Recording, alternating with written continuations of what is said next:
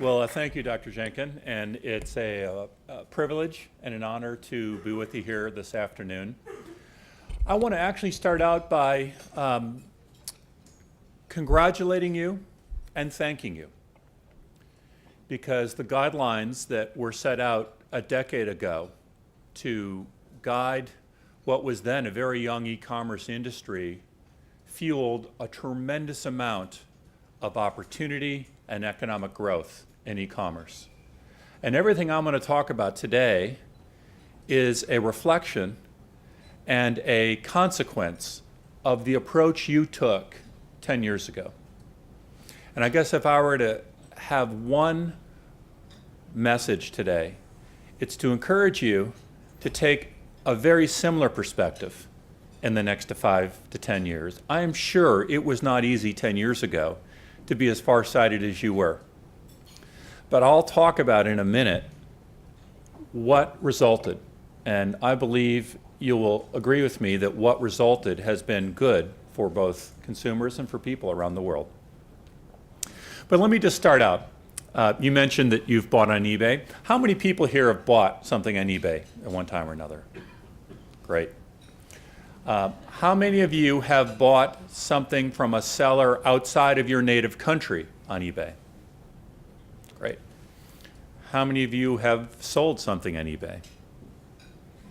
Great. Ronnie, I want to talk to you afterwards. We can take care of that, no problem. We'll just go in your closet and we'll find a few things. How many of you have bought something using PayPal? Right? How many of you have bought something across border from a currency that was different from your own currency using PayPal? Pretty easy to do. How many of you have used Skype? Skype video. By the way, I have, even though we have sold the majority interest in Skype, I still have the authority to bring to everyone in this room the special Skype video pricing. From now on, for you, it's free. Okay? So free Skype video in perpetuity. For those of you that haven't used Skype, it's free today.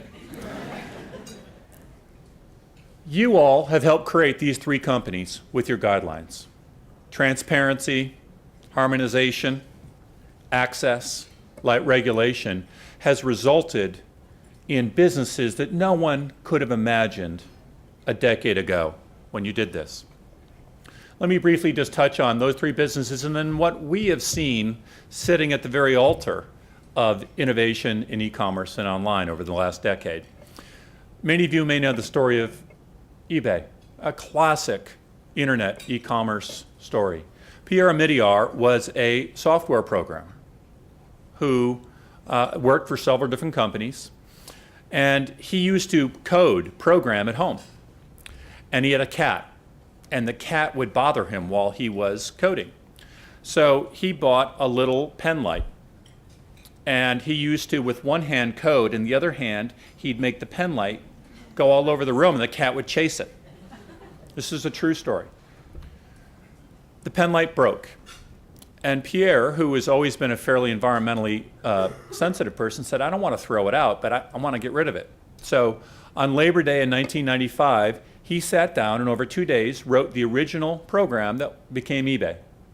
And the notion was, I'm going to put this broken laser pointer up online and see if anyone wants it. And I don't know how to price it, so I'll say, bid what you think we're willing to pay for it. A week later, nothing. 5 days later, a bid for $5, $6, $7, $8. The pen sold 2 weeks later, broken laser pointer for $14. True story. That was the start of eBay. He did not imagine what was possible. And Pierre imbued two important principles in eBay from the very beginning. One, he was committed to creating opportunity for the small guy. He talks about the level playing field. And he saw the internet as the opportunity to level the playing field so the small guy or woman could compete. And then his second principle was a principle of community. Pierre was a deep believer that commerce could bring people together. He'll tell the story, sometimes controversial story. He'll say, my vision for eBay is you could take a Palestinian seller who would sell to an Israeli buyer. And in commerce, you don't care where the person came from. What you care is, are you getting something you want at a good price with good service?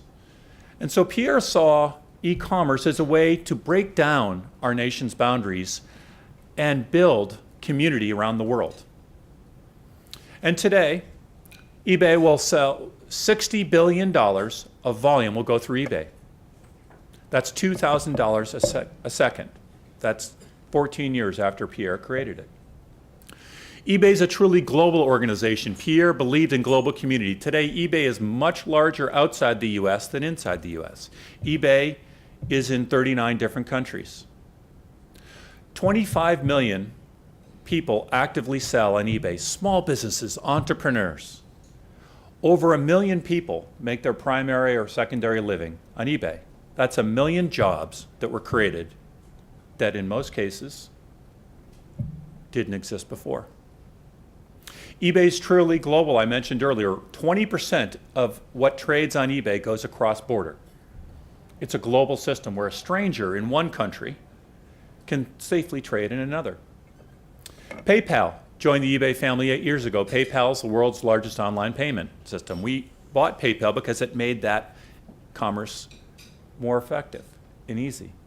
Today, PayPal's in 190 countries and 24 different currencies. Again, truly global. Over 20% of PayPal is cross-border, cross-currency.